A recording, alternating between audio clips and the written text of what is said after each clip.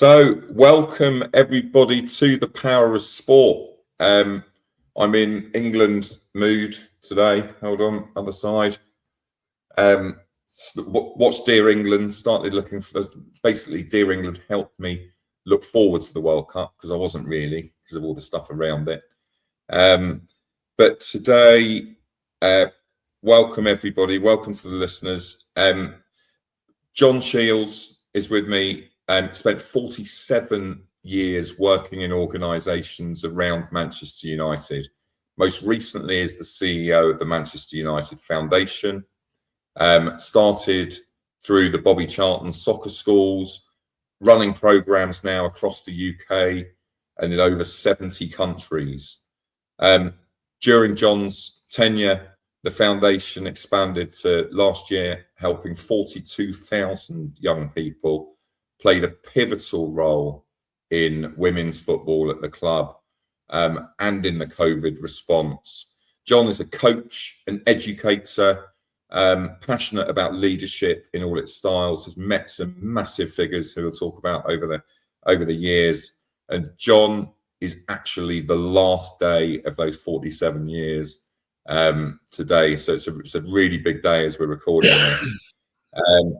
And tomorrow begins the small matter of cycling to 92 football clubs. And John and I met on our walk when I was walking to the 92 clubs, and I got a fantastic welcome at Old Trafford. But John Shiels, welcome to the Power of Sport. Thank you very much, Sav. Thanks for those kind words. Yeah, it's a big day for me, really. Yeah. Very. How does it feel? I thought when you get to, because it's not the end. I'm stepping back. I'm not retiring. I've got other things to do. But I thought coming to this because I love what I do. I love what the club have represented for so long. I thought it'd be very sad, and it is sad. But actually, my emotions are more pride and gratitude. I've had the most amazing life. And I'm so lucky that, I've met the people that I've met along the way, from it's joyous, really. I've had time, you come to stages in your life, you spend time to reflect and to look at what you've done. And, I don't think I've worked a day in my life, really. It's amazing. It's good to have got away with it. Yeah, no, I get that feeling, and I've been reading a lot because you've been kind of building up to this day. Really, I've been reading. We'll come back to the massive characters that you've met on the journey, but first off, can you just tell us a bit about kind of that journey? How did you start at Manchester United? What have been the main steps on this journey? Well, I'm part of a generation where football meant everything, really. I think we all wanted to be professional footballers. And obviously, there's only a limited amount that could. The beauty about and the difference between the system then and the system now, if you remember, when we were playing, you played for town, you played for county, and then you got picked up on the county circuit or not, or you played for the leagues and you got in the league teams. I just wasn't good enough, really, to make it. Even though I worked so hard, I just wasn't good enough. And I loved kids and I love sport, so I went on to become a PE teacher. That's where I went, and I am a foundation kid. I'm a kid. I'm one of six. Although you don't think it now. My dad came over from Ireland, so he's an immigrant at the time. I'm one of six kids. Football kept me going, really. I went to school for what we did after school and at lunchtime rather than during. Anyway, I got into teacher training in Manchester, a place called De La Salle Teacher Training College, which is a Catholic teacher training college. Again, met amazing people who are still lifelong friends.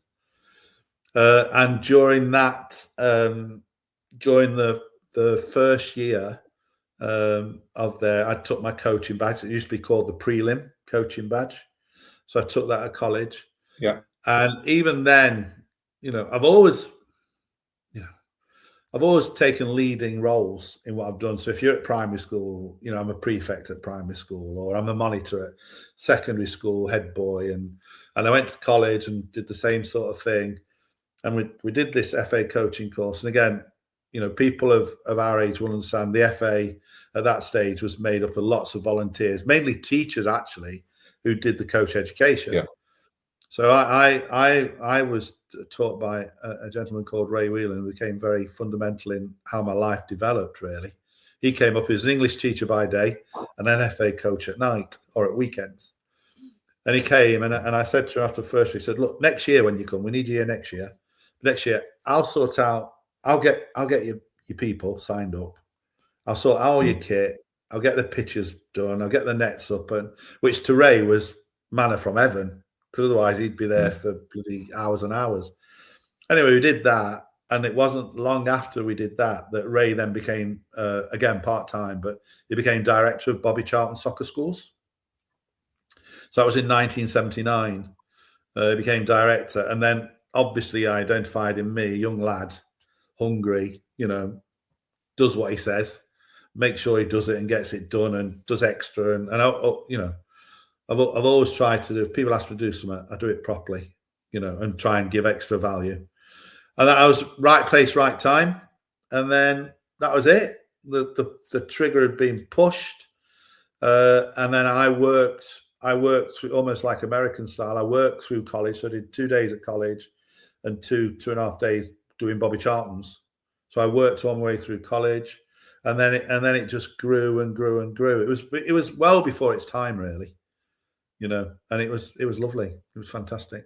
And when did it go from Bobby Charlton Soccer Schools to the foundation, and when did that all start? All right. Well, that, again, another long story. What happened with that is Bobby Charlton Soccer Schools, ironically, it was a business entity, was sold, and it was sold into a company called Conrad Continental. And one of the people in Conrad Continental was Sheffield United. And at that, Sir Bobby said, well, I can't work for Sheffield United. I'm Man United. So Sir Bobby left the business, and I left the business quite shortly after I went back to teaching. But then they came back for me to do this Bobby Charlton Soccer School without Sir Bobby. So I then took ownership of Bobby Charlton Soccer Schools, created what we call the soccer theme park, which actually, again, well before its time, we need to give kids who came on the courses a wow factor. So we created, like, I don't think they'll ever biodegrade, but we had mannequins, but they were cast iron mannequins. They were there to last. So they're in a container somewhere, probably rusty as hell now, but they'll still be there. Carrying them in and out of the field on wet mornings, in March and April and October and November. We did that. So we did that. And then we did a hybrid. Peter Kenyon and Les Kershaw came to me when I was at Bobby's as the owner of Bobby's. They came to me and asked me if I'd bring soccer schools into Manchester United.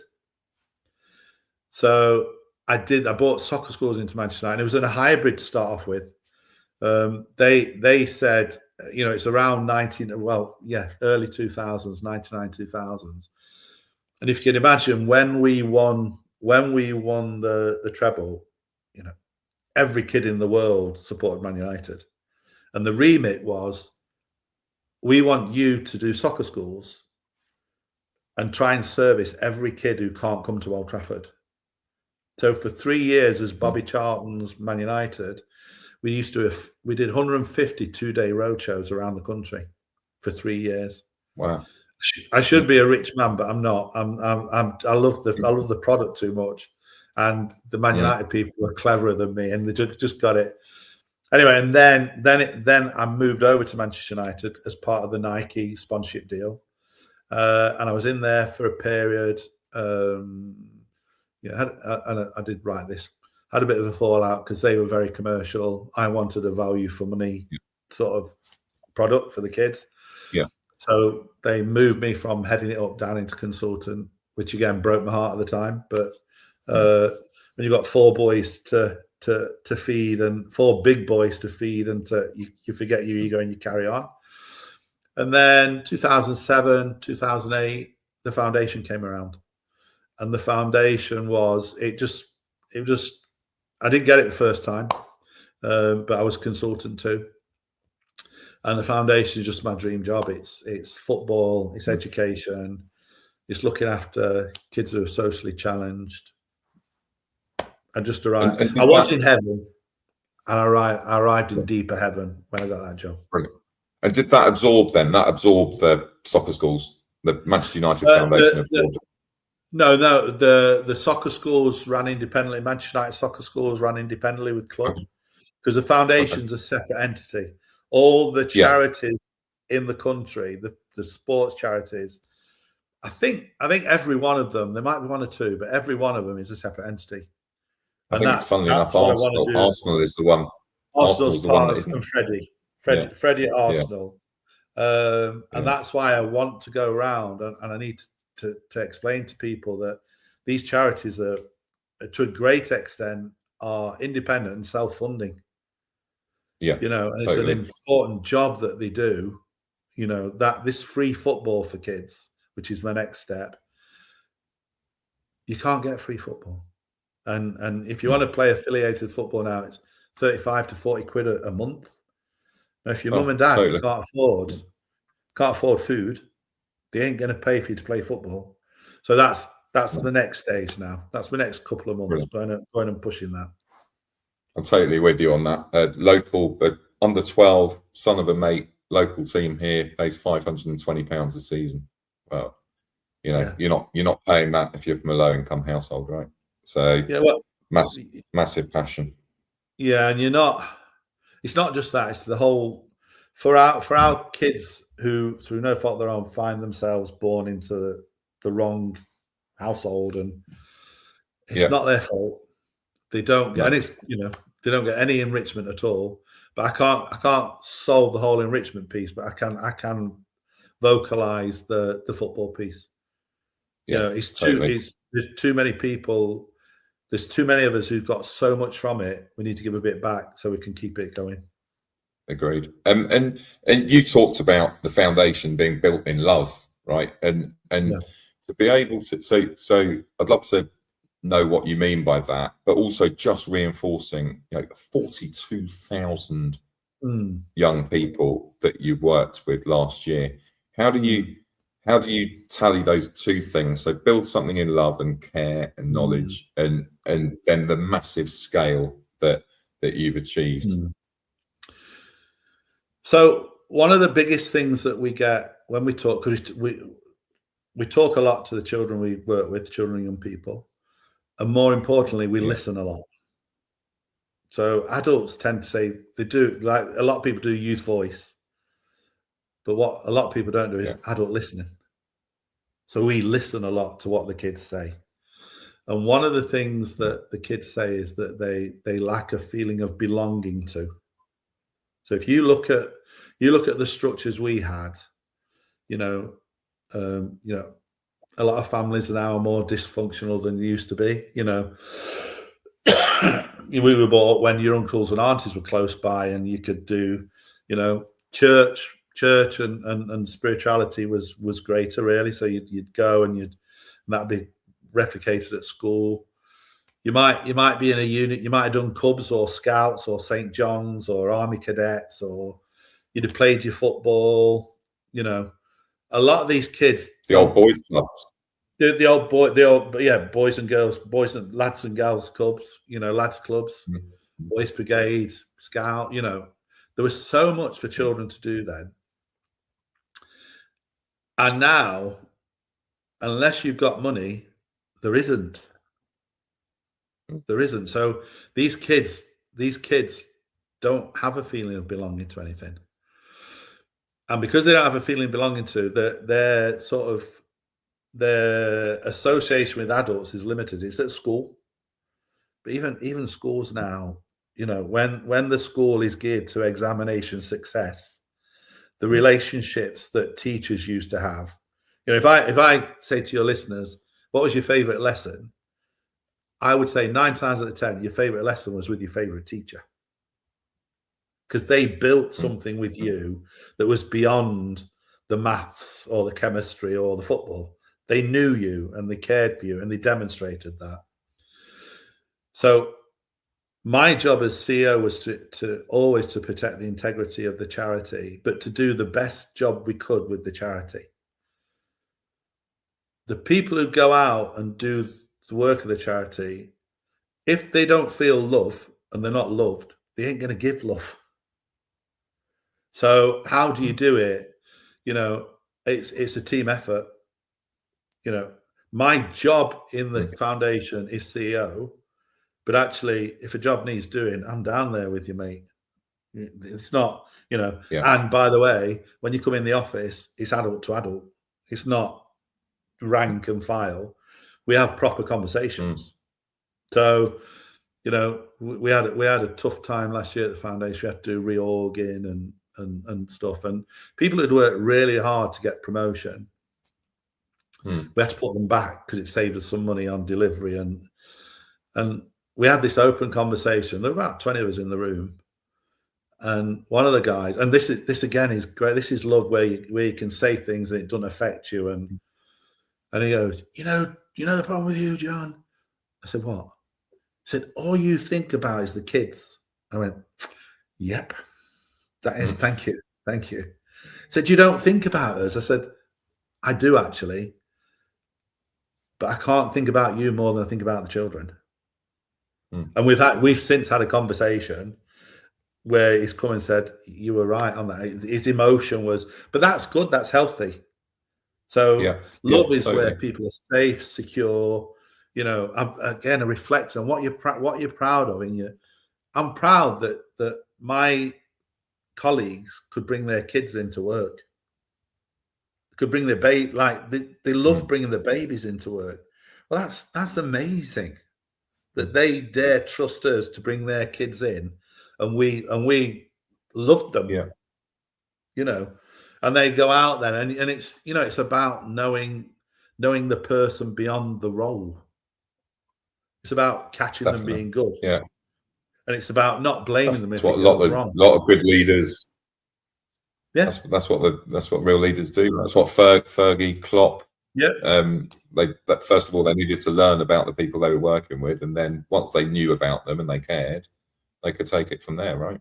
The thing I think between good and great leadership is good leaders say they care, great leaders demonstrate it, and demonstrating it is harder than, you know. I'm a great believer in actions are louder than words. There's so many people talk a good game and they do nothing, but it's tick the box that, you know, it's the action that makes the difference. It's the action that takes it forward, not just talking about it.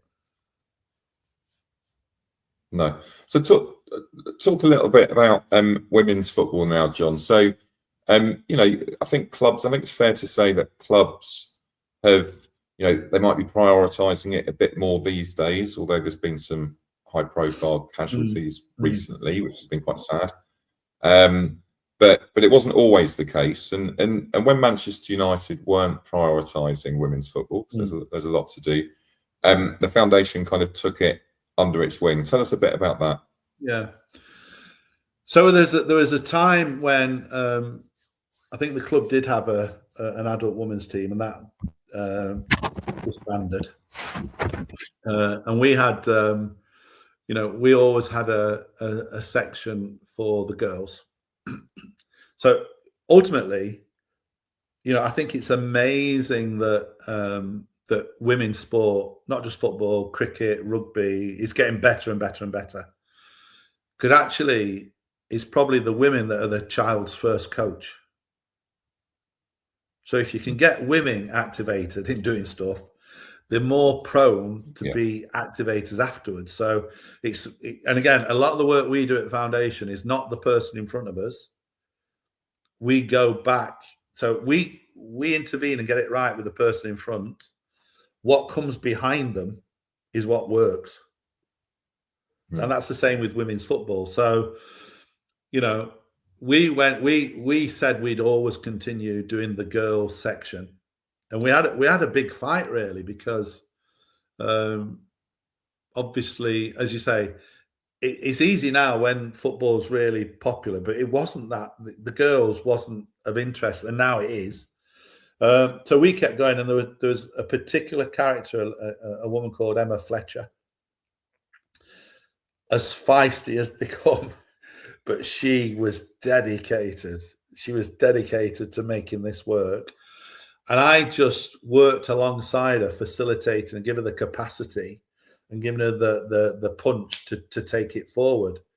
So, you know, we sort of carried on independently and we're in the local leagues. Then we were thrashing the girls who were playing, which isn't good to anybody. It's not good to the girls who are getting thrashed.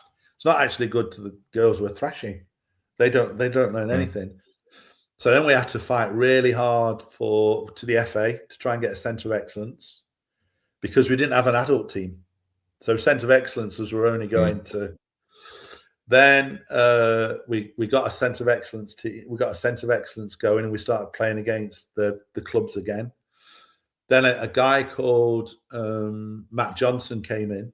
Now Matt was the number 2 for the foundation, but now he's gone on to manage the women's team at Mark Skinner's the manager, but Matt is the general manager. He's off the brilliant. And we kept developing it and developing it. And the FA send out their audit people, and they had to actually introduce a 1+ score for the work we'd done. It's category 1, but actually Man United Foundation girls was category 1+ because it was beyond what they'd. Which, when you talk about institutions like the FA changing their accreditation system, it shows you how good. So again, you know, Emma and Matt and all the team there were just unbelievable, you know, and that's continued. They got it year on year. And then obviously 5 years ago, they reintroduced the women's team. Yeah. So so now it's back on and it's going again now and it's running as per, which is great. Yeah. Superb. And you talk about that as a big source of pride, and understandably, and you also talk about the COVID response from the foundation. So tell us what the foundation was doing COVID. So again, we look back at COVID, and I think we've almost normalized it. But actually, if you look back carefully, people were in a daze. They didn't, you know, apart from, if we remember, like I think we all thought, the first 3 weeks, which was the best summer, and we all thought we're getting 3 weeks off here. This is great. You know, it wasn't until that started dying down. They went, no, you're not back in work again. No, you're not back in work. No. And then stuff did start to kick in, really. Now, because we had created because we were good out of COVID, and it's like any organization, if you're good and a crisis hits, there's every chance you're going to be able to manage it. If you're not very good and a crisis hits, you're in trouble. So you have to be good all the time in case a crisis hits. So I remember, and I don't know if you remember the furlough piece. So I went to Richard Arnold, who was, you know, chief exec of the club and chair of the foundation. And it wasn't long before, and they changed their mind very quickly. But if you remember, Liverpool and Spurs were going to furlough their staff. Yes. And then they changed their mind very quickly. I had to ask Richard, hoping that he gave me this answer, but I said to Richard, what are we doing? Are we furloughing the staff or what are we doing? And he said, if we're not playing football from this club, the one thing we're going to do is community work from this club. That's what we're going to do. Brilliant. So it's not the time to think furlough or do furlough. It's the time actually to put your foot on the pedal. So because we were, I say, we had great relationships and great partnerships with our schools. So we were in a position to support them right at source, because the people who know the most vulnerable people in society are the schools.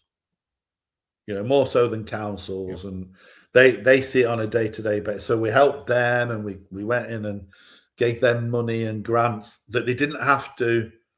We want them to spend it properly, because we have to, because we're a charity. We can't just spend it willy-nilly. But we weren't we didn't prescribe how they had to spend it. They could spend it on.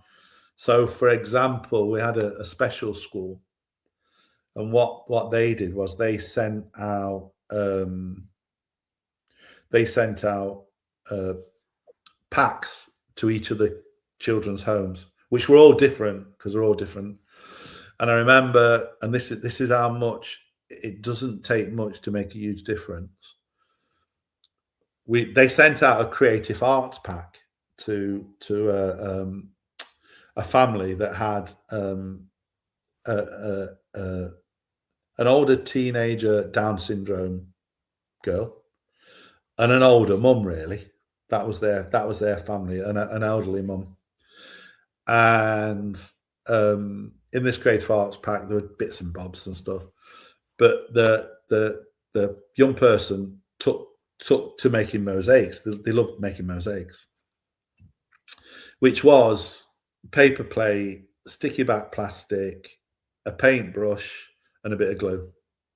And the mum came on at the end and said, so that's a quid for those things. And she came on and she said, the fact that she had something to do while I was poorly having COVID allowed me to have COVID. And you think, mate, that's a quid. That's a quid that has helped. So when people come say, I haven't got any money, so we have. And every penny counts to this cause. What are you doing? So so we got that out. Then what was particularly good was we contacted, obviously Manchester United's a global organisation. And at that stage, I think we had about 260 supporters clubs around the world. So we said, it's COVID all around the world. It's not just COVID in Manchester. So we said, right, what we'll do is we'll contact our clubs, our supporters clubs, and we'll try and give them the opportunity of being upstanding citizens in their backyard. So Kuala Lumpur, Bangkok, Sydney, Johannesburg, wherever they are. And what we said was, we'll send you a grant of £500, and you need to donate it to a local children's charity. However, if you take the 500 and raise another 500, we'll match what you raise. So that got them going, an interaction between us. And loads of them came back and said, you know what? You've just given us our club back.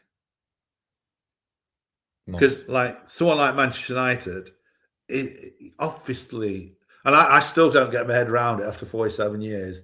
I don't get my head around, 73,000 turning up to watch 22 blokes run round after a bloody pig's bladder kicking the ball. But it's not that. That's not what Manchester United is. More than the game. It's that going back to the top. It's that feeling of belonging to and with. And the fact that your granddad did it and your grandma did it and your brothers and sisters and it's a bit of family heritage that, God help the grandkid who supported Liverpool rather than Manchester United.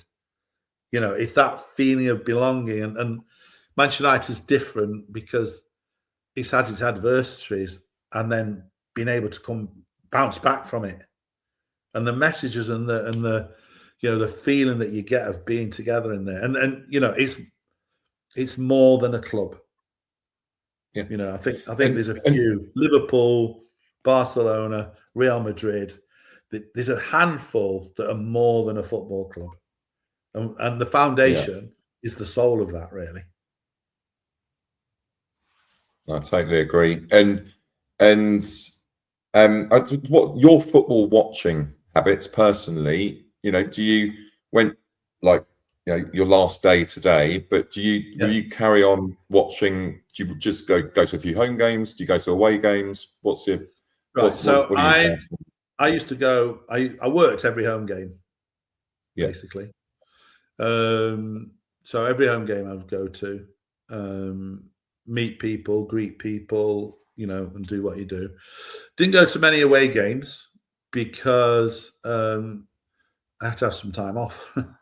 Because your job, these people I'm going to, it's 24/7. You could be on every night and every weekend. And if I'm honest, because I'm a Puritan, I love footy. I'm not sure what professional football's doing for me at the moment.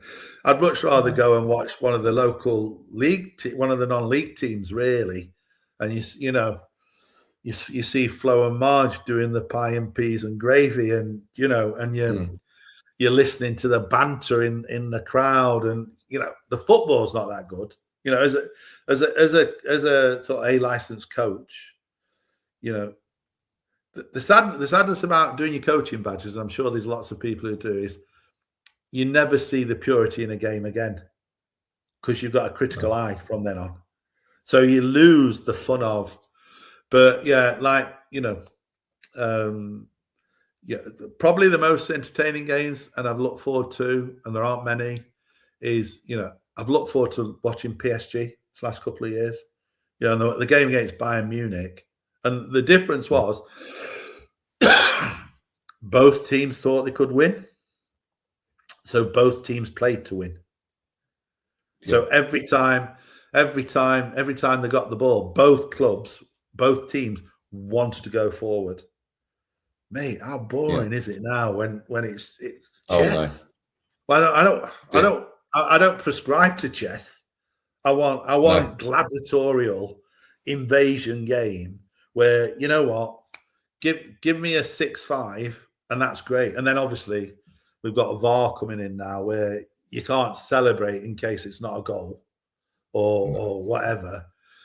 So there's lots of things that I love the game. It's in every sinew of my body. I worry that I'm not loving the professional game, but I find the purity in doing this bike ride and going and providing for free kids to, our kids don't play football anymore. They work it like they work everything else. They don't play. Our kids aren't allowed to play. There's always someone telling them how to do it better, and let them play. Come on, let them play. Yeah, totally agree. So tell me now. So, reading that, obviously you've met Sir Alex, Sir Bobby Charlton many times, but others. Tell me about the big people that you've met and what sort of mark they've left on you. What you've learned from these people. Yeah. So I was very close to Sir Bobby.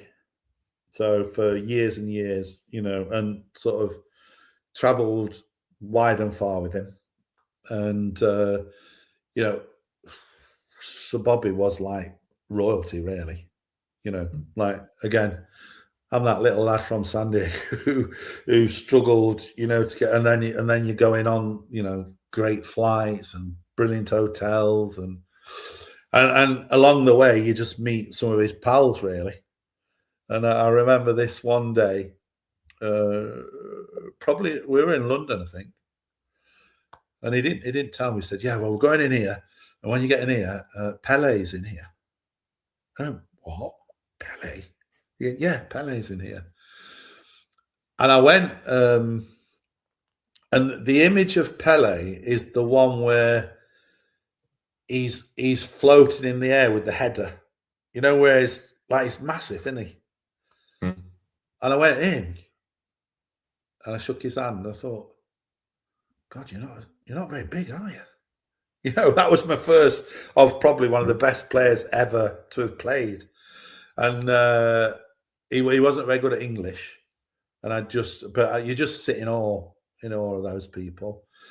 And then we used to do a thing. We used to do a thing at Sir Bobby's called Lunch with a Legend. And Lunch with a Legend was when we went round the country and Sir Bobby would match up with.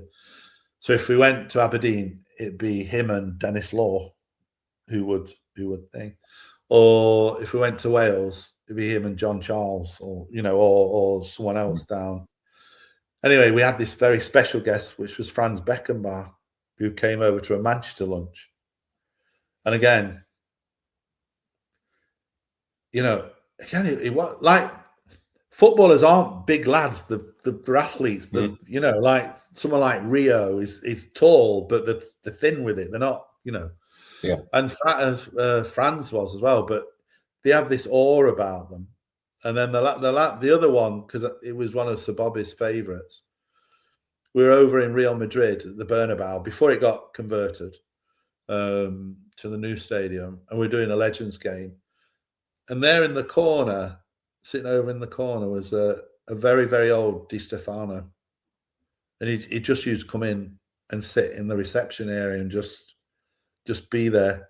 You just went over to him, and I don't know how much he was there because he was really old. I can remember him on a stick, just sitting there, and obviously him and his family had come to the agreement that it's better sitting in the reception at the Bernabeu than being at home, really. Yeah. But you just think, and then obviously Man United greats, like I knew David when he was 12, so he came to Bobby Charlton soccer schools. What he's done is amazing. Cristiano, 18, when he came to Bolton. First home game against Bolton as a pimply 47 step over kid going down the wing as came on a sub, and you watch those people, and your Roys and your Ollies, and I'm blessed. It's unbelievable. Do you think that you've done well at bringing? Because when I was walking around the country, I'd speak to the foundations, and I'd ask them about their relationship with the football club and whether they got players involved and all of that kind of thing. And I'll be honest, I got lots of rolled eyes. Right? They wouldn't say anything. They wouldn't say anything, but a lot of them just aren't getting the support that they deserve. And I find it frustrating because I think when players do get involved in the community, I think the player benefits as well, right? Really. That you seem to have got quite good interaction there with players and foundation activities and things. Did you work particularly hard on that? Did you how did you achieve what you did there? So, well, I was there a long time. Yeah. And, in my corner was Sir Bobby, Sir Alex, David Gill, Richard Arnold. If I didn't have them in my corner, I'm not sure how great it'd be. And the irony and the sadness is when the lads and now the girls have come, they love it. They absolutely love doing it. And I think it's more the people who are supposed to trying to protect them. There's stewards within the club that are trying to protect them that don't allow them to get involved. And my argument would be that it's not that players come and are lifers now. There's not many. There's not class of 92s now who are here. Like you look at Bruno. Bruno, as most players would have been off last year when he got offered the money he got offered, and he's out of the norm. Him. Yeah. But if they, and I'm not just talking. Obviously, I'm using Manchester United, but it's not just Manchester United. It's everybody. The kid, the player who's not more than a kid, really. If he came and they embraced the city and society in which they lived, rather than being in the bubble of, training ground, game, nice big house, nice big car, and obviously that's not the same for all pros, I know that.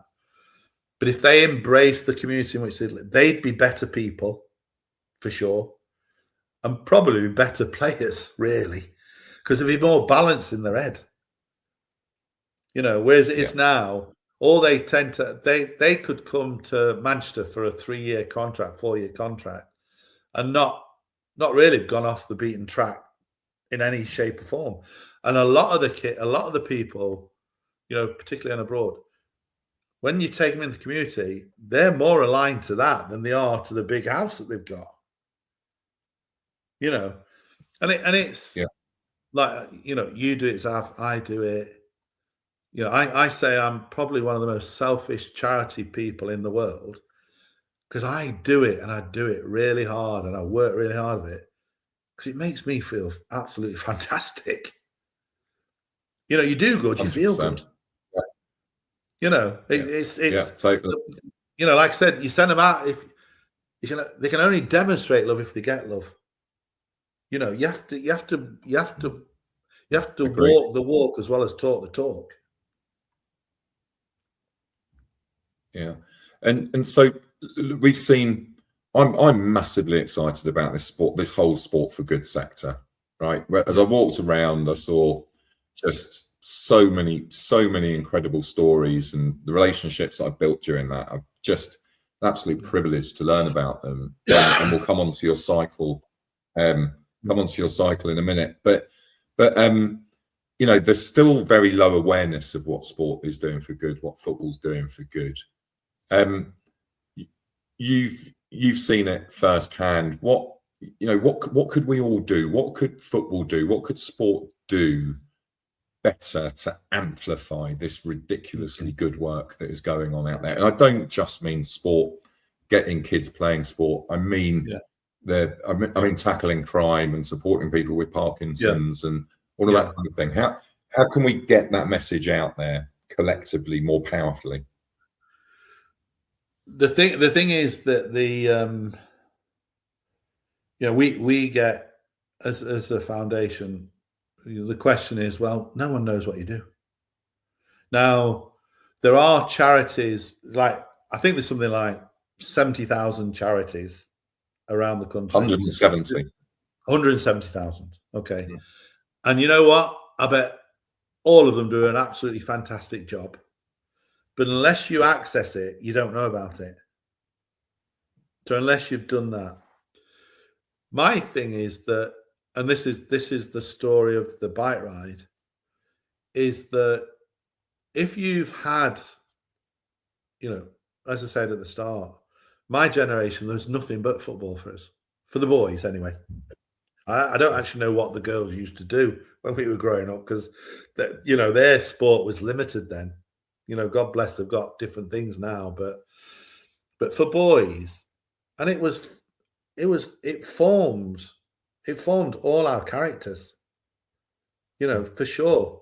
And the fact we had that kept us from doing other stuff, really, because we had that and we're doing it.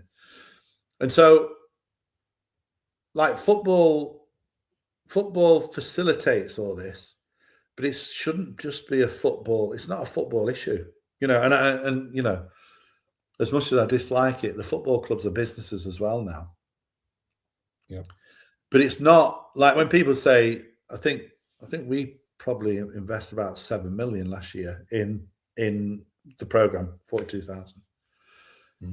That shouldn't just be football. Like, what are the big companies doing now? What do they do for community activation? When we went, and again, I was brought up, we had a big ironworks close to a steelworks. And from 15 plus, I went around there and played for the Colts. My dad worked at this steelworks, and the facilities were bloody brilliant. The football in the winter, cricket in the summer, Christmas parties, and all our commerce and companies talk about well-being of their people, and they don't do anything for it. They've sold all those social clubs off. They don't do anything back into society. So, these people, and even ourselves, like I'm saying on the bike ride, put a coffee in for footy, put a fiver in for footy. If you kicked a ball, you put fiver on the Just Giving, 1 cup of coffee, and that'll get 2 free sessions for a kid. That, or is that the session that the kid thinks, this is far better than going and hanging over there with them. I like this alternative as opposed to doing that. So it's definitely, it's promoting it, but people have to be promoted too. They have to be open to. So we need to. I need to go around. So tell us about the ride. But so the ride starts. Inspired by yourself doing the walk. I don't know how you did that. That's incredible. I've done a lot of challenges. Nor do I now. Well, I've done a lot of challenges. The last one, Kilimanjaro, was the second time I'd been up. I'd failed the first time. The second time nearly killed me, but I did it. And having done it, there's something, and you as well, having done once you've done one of those challenges, there's nothing that scares you. You think, that's right. Thank God, I don't know how I did it, but I did it. So that's great. So, excuse me. I didn't want to. The job's still half done as far as I'm concerned. I've done what I've done, but there's still so much to do. Have a bit of a reputation, so use that for good. And it's been brilliant. I've contacted the 92 league clubs. Thanks for your help with that. I've got 92 appointments. I'm going and seeing someone in each thing. So gracious and open but together, I think there's 7,500 people work in the community schemes. 2.5 million kids are involved in it. That's what we should do. We should highlight the bigger picture, but then we need these charities who are probably the best at engaging this type of kid. They need help. If we had more resources, we could do more. If we haven't got resources, we can't. So they need more and more help. And if nothing else, just what we said is free football, safe spaces, trusted adult. And the clubs do that. The clubs are the only ones now, I think, who provide free football, really. Everyone else charges, which they have to because there's market forces that make them have to pay, So But tell me, are you so the fundraising itself, what is the entity for the fundraising? It's the Sir Bobby Charlton Foundation. Yeah, so it's the SBC Beautiful Game Tour. That's the Just Giving page. What we'll do is we'll collect through that vehicle, and then depending on what we collect, we'll redistribute that around the country, probably to some of the clubs that we've met on the route. But we're probably talking about how do we get a north, a west, a east, and a south, where we can say that people from all around the country are having. But whatever we get, we'll redistribute, really. Yeah, lovely. And how far are you cycling? So originally, I don't know how you did what you did, but originally we were going to cycle. The plan was to cycle the 92 league clubs, and then but the actual bigger plan is for me to talk to my equivalent in each camp. The 92 league clubs are the skeleton. The meat on it is talking to. So then we got to the extent we were looking like from Barrow to Newcastle. That'll take you 3 days to cycle. I thought, well, I've not met a person there. I'm not doing that, am I? So what we've done is it took me 5 days to walk it. Well, precisely. But then you've got to say, why? It took me 5 days to walk that bit. Yeah, unbelievable. So I've said, look. I saw Towlaw Town, though. I saw Towlaw Town play for them. All right. So I thought, right, let's do a realistic thing. So what we're going to do is we're going to do minimum of 40 miles a day. And we've got a camper van. So the camper van will be our command control. And wherever we are to get the 40 miles, we've planned it en route to stop off somewhere, cycle 20 miles in, do an hour's meeting with colleagues, get on the bike again, do another 20 miles to the next one, and such like. And then obviously we have lots of fun in London because they're on top of each other in London, aren't they? So I'm gonna have to make more miles up around the shires, really. Preferably where it's flat. Yeah. I'm not a challenged man. Yes. I'm a challenged man, easy challenge, not a big challenge. All around the parks, right? In London, you can do well going round and round the parks. Yeah. Like Regent's Park, Hyde Park, etc. Yeah, get the miles up. And so I hope that goes really well. And there's a few of you doing it. So what we've got it's for Sir Bobby. It's try and keep Sir Bobby's legacy going. Yeah. So even the Sir Bobby Charlton soccer schools, which again is something that we're going to try and do a Sir Bobby Charlton alumni. Because I think Bobby Charlton soccer schools, I think there's probably hundreds of thousands of kids who've been on a Bobby Charlton soccer school. And they'll have photos of it. And we're gonna build that up. So the 5 lads who are coming with me are all friends for life. They're all ex-PE teachers. They've all been Bobby Charlton coaches. So the 5 of us. So we've got Joe's 63, Johnny's 65, I'm 66, going to be 67, Bren's 67, and then we've got Higo who's 75. So there's so many little subplots to the story. Like what are 5-6-year-olds doing this challenge for? And we're hoping we'll go and see beautiful parts of the country, and the World Cup's on, and we're just a couple of lads can't do everything because we've got grandkids coming, so they need to be there to support the grand. So there's a real, but that's football, isn't it? Like it's such a beautiful. We're losing the essence of the game, and we're doing it at a time when the World Cup. And I know you introduced it by saying, this is getting me going. I'm not excited by because the first 3 weeks, is purely academic, really, and is a fundraiser for FIFA, really. Yeah, I know. I know. And you think it's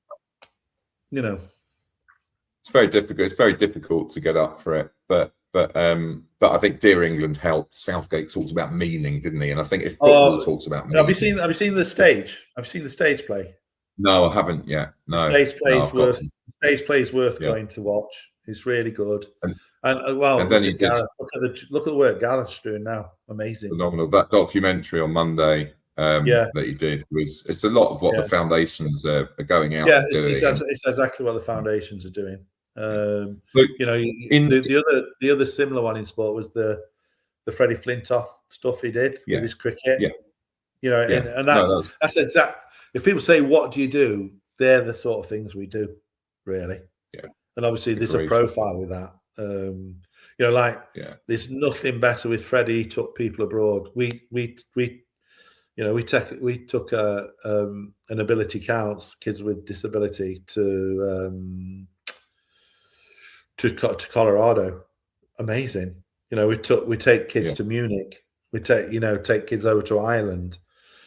Taking them out of their environment for a couple of days, the advancement and the development is unbelievable. Because other than that, they live in the 10-minute world. No, totally. John, so grateful for you to join us on this pretty auspicious day, right? Who could write that? So the end of 47 years of that first chapter, going off on a cycle to amplify what fantastic work football is doing tomorrow. I'm really, really grateful. Thank you so much for what you're doing. Brilliant stuff. No, my pleasure, Zav. Thank you very much for all the support you've given me. And again, as we knew before we came on camera, I'm not the most techie, so keep doing what you're doing and keep the message going and sharing the message. It's inspirational, and like I always say, the probably most famous question is to be or not to be. Well, my thing for the 21st century is to do or not to do. So if not now, when? If not you, who? Do it.